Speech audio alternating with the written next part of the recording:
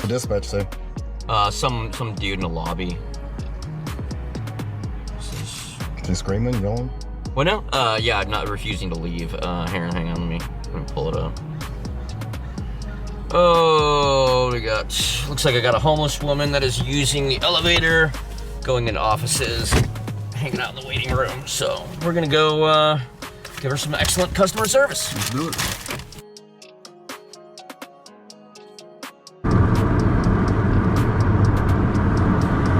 So when you get a dispatch call, I know that there, can be a wide range of things that you have to respond to. Yep.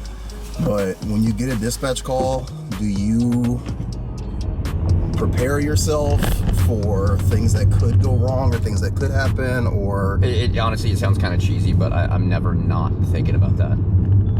Because the second you start not considering the things that can go wrong, that is when life will remind you just exactly how kind she is. And sometimes she is very not kind. Now, you keep it in perspective. DVs, domestic violence, that one always puts me on edge. Statistically, it's the most likely to turn into to result in violence, which obviously we want to avoid that. But no, like when you go around trying to build relationships with people, if you view it from that perspective, it will color the way you talk to people. It'll color the way you interact with them. But then always in the back of your mind, you acknowledge that, hey, things could go south. And so you try to prepare that.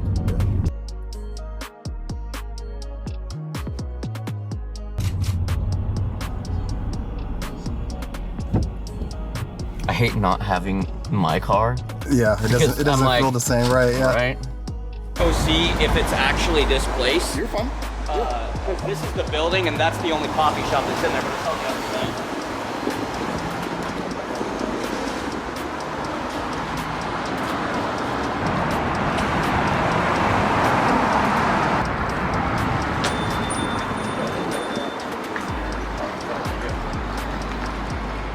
Maybe the last 10 minutes. Okay, thank you. What's that? No, I think it's they got the call wrong. Thank you. It's probably gonna be inside the lobby.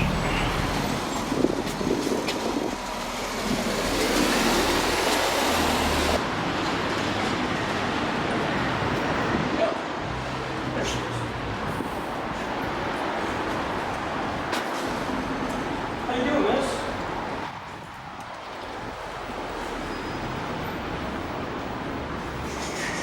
Cool. Miss, will you sit in here? Huh? Do you live here? No. No? Okay. Well, hey, I just do security for the property. Do you need a cigarette? Yes. Yeah? Come on, I gotta smoke for you. Let's go smoke. Which way you going? Go that way? Alright, go that way.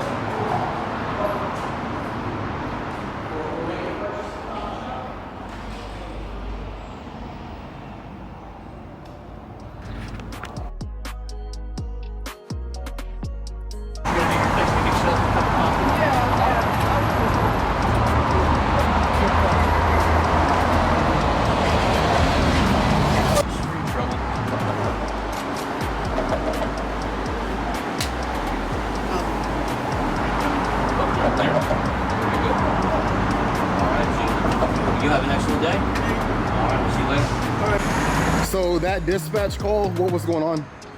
Essentially, it's very, very common.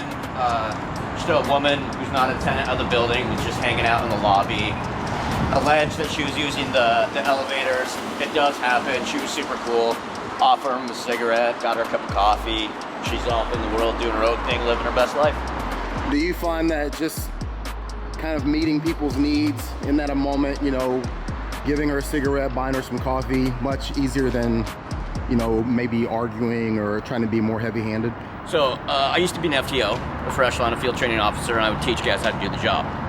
And one of the things that I would tell the guys, hey, look, you got all this cool guy stuff on you. You look like you just jumped out of Call of Duty, and I don't care even a little bit. I expect you to be able to do more with one cigarette than anything else on your uniform or on your kit. Offering a carrot gives us a great advantage because 9 times out of 10, saying, hey man, come on, let's go smoke, will get them out of a building, no problem. And it leaves a good taste in their mouth. You know, people remember how you make them feel, not what you say. So if I can leave them with that good feeling and give them a kind word, then that's awesome.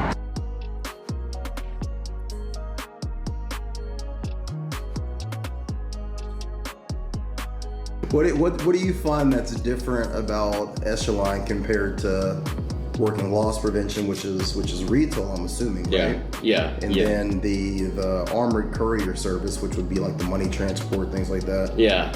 What do you find that's different about Echelon from those two types of things? There's a significantly higher level of autonomy and responsibility. Obviously, with LP, you don't use any defensive tools or anything like that.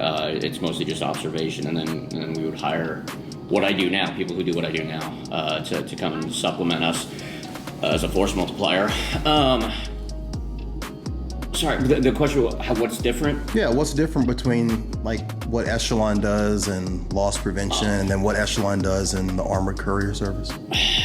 The armored courier service was not in any way related outside of the fact that I carried a gun. You're an Amazon driver in full kit, so I don't really count that. Okay. But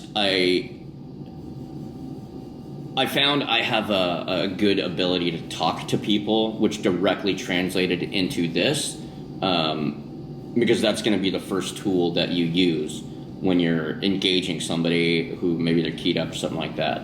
And I think the mark of a competent security guy, guard, personnel officer, whatever you want to call it, is that ability to, right when you walk up, can you connect with that person? And a lot of that is more psychological than anything tactical, so to speak. But it's the part of the job that I enjoy the most. I enjoy... Obviously, you can see I'm not a guy of large stature. And when you're my size, the world looks different, both literally and metaphorically. And I enjoy being able to get my goals accomplished simply using my voice. What's the craziest thing that's happened to you since you've been working for this company? I suppose crazy is relative, but some of the more notable things that have happened to me, one of them actually quite recently was, for me, it highlighted just how you can't take anything for granted, especially in this job when bad stuff confronts its face. I had a guy literally drop dead in front of me about a month ago. Went from standing and having a conversation, fixing to go into a shelter to get himself a hot meal, and he literally dropped dead right in front of me. We worked on him for a while. We worked on him until AMR showed up, and then they transported him. But I will say that causes you to it causes you to do a bit of introspection. You go home and you spend all the things your kids do that annoy you, that just annoy the hell out of you. Dad, come play this. Dad, come do that. Dad, come do this. Dad, come do that. Like, you realize that could just get snatched so fast. And yeah, it makes you hug your kids a little tighter. It makes you call your wife and say, hey man, I know we had that dust up this morning, but hot damn, you're the best thing that ever happened to me. So it does. Most people don't get that. They don't. That is a privilege. That is a gift that you are given, to be able to confront the fleeting nature of life. And that is one thing I do not take for granted.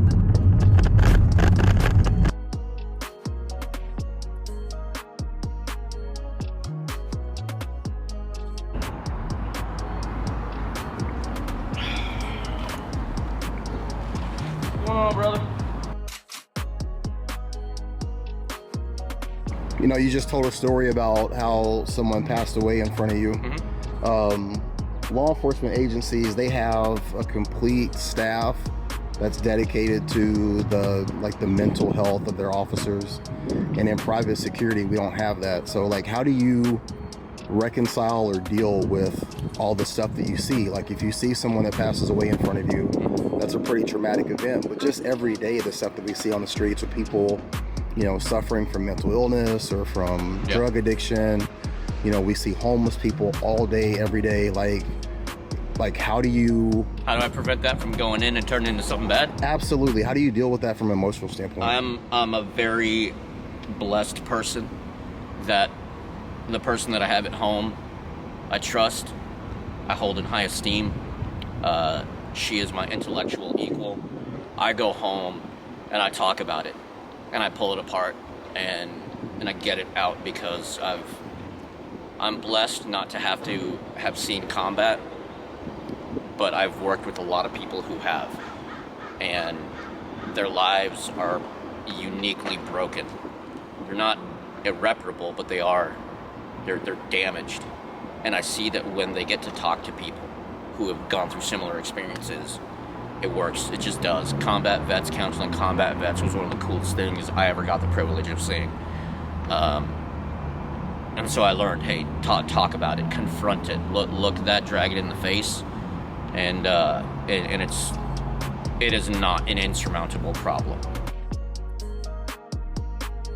What's the most important quality for a security guard to have to be successful here?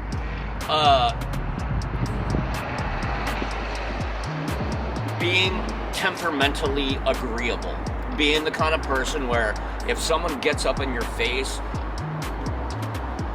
and makes all the comments that you're expecting them to make, you know, they comment on your height and your wannabe cop, and I won't say that one, and you're like, oh, of course they're gonna do that, that's what they're supposed to do.